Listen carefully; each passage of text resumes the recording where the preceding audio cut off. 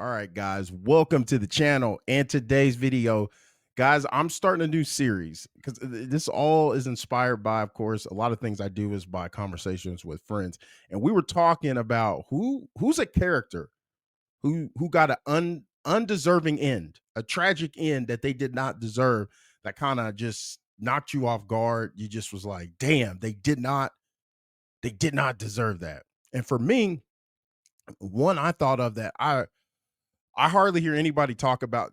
First of all, I don't hear a lot of people talk about the show, The Shield, um, but they don't talk about this character Ronnie, who got he got a terrible deal, terrible ending that he did not deserve. And I know, people can think of other people. For example, I mean, you look at it's my face here. I hear damn contacts. Excuse me, sorry about that, folks. But you could think of a character like Wallace from The Wire, Opie from Sons of Anarchy, Rita from Dexter, Shireen Baratheon from Game of Thrones. Like just a few characters that, these characters did not deserve what happened to them, and the ending was so tragic for them.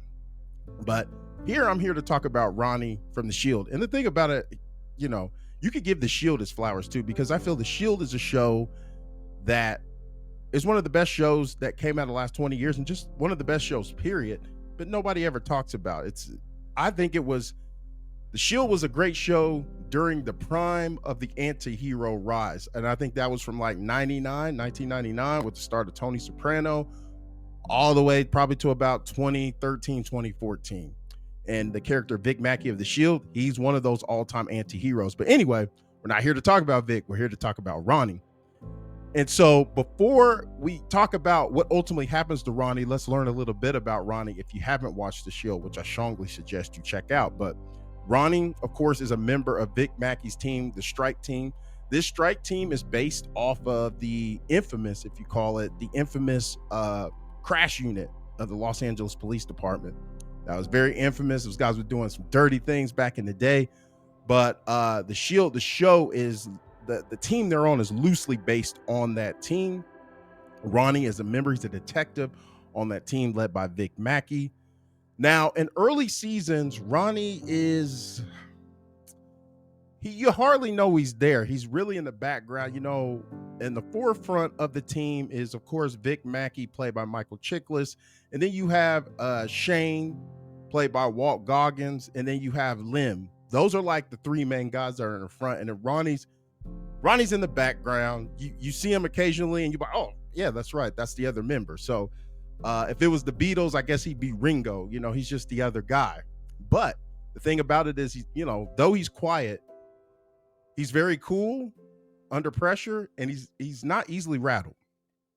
But the fact that, we don't have him out in front in these early seasons, we really don't get a feel for Ronnie. We don't know who he is. And like I said, hell, half the time you forget he's even there, And so the thing about it is, as the seasons go on, you start to see he becomes a very trusted ally of Vic.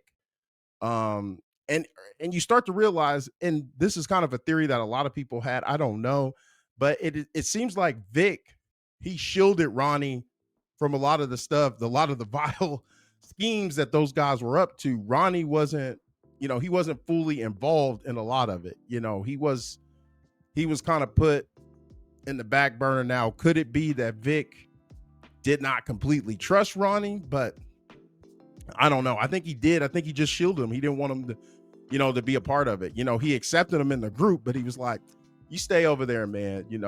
We're going to do this or whatever. And so, but as the seasons went on, because of turmoil within the group between Shane and Lim and Vic, Ronnie became Vic's only friend and confidant, because it got to the point where the group split up. I'm not going to reveal like what happened, but some things happen and friends become enemies. And like I said, Ronnie and Vic ended up having to team up and ride together, and we learn a little bit more about, as the seasons go on, Ronnie becomes more extroverted. We get a peek into his personal life, dating a hot little Asian girl, things of that sort.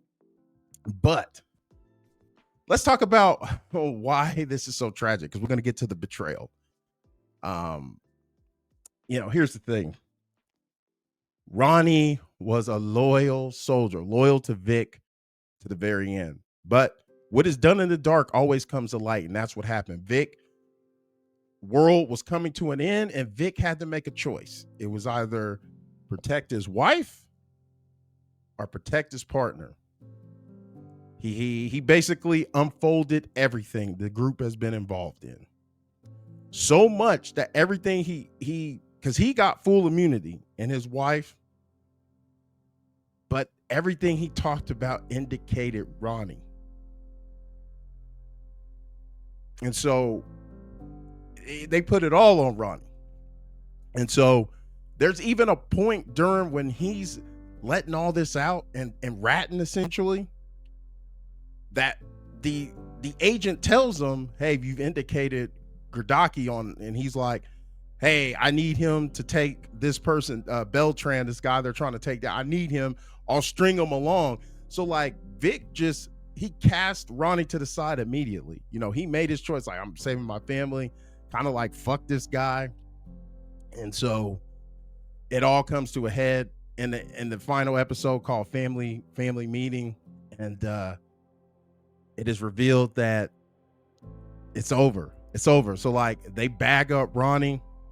And I mean, it's hard. It's a hard scene to watch because, like I said, this guy was loyal. He was loyal to Vic to the end, and it just shows you like how I feel this personally. Loyalty is something everybody can't have. It's a gift, and you have to be careful on who you share that gift with or to, because it could just destroy you. And that's what happened here.